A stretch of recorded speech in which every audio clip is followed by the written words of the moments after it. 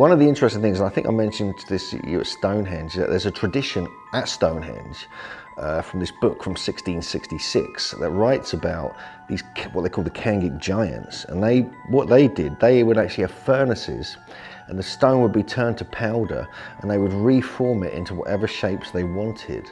And this was an old tradition in England. It's a bit like the Cyclops of Greece, that they would have underground furnaces where they would be able to shape and manipulate stone. But the tradition, there's no traditions really of that in Egypt that I've heard of, where you hear these legends or stories that might give a little clue.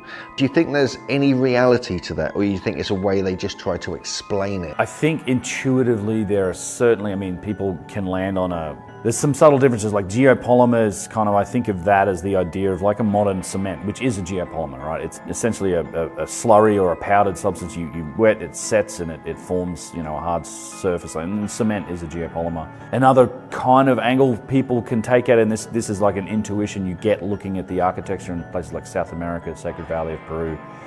It's like some sort of form of stone softening, where you're not really a geopolymer, but somehow the stone is being softened like a toffee, and it's pushed into place, and that's like just intuitively, given the curves and the flowing design of those stones, it's like, maybe. If that's the case, we don't have a lot of evidence, or any evidence really, for how that might have been done. Specifically with geopolymers, I don't dismiss the idea. I try to remain open to it. In fact, there is some good evidence for it in places like Tiwanaku and a lot of other sites around the world. We literally have quarries. We have bedrock quarries where there are still objects attached to the quarry that were being carved out. So it seems pretty clear to me that a lot of this is stone that's coming from bedrock. It's being cut out and transported.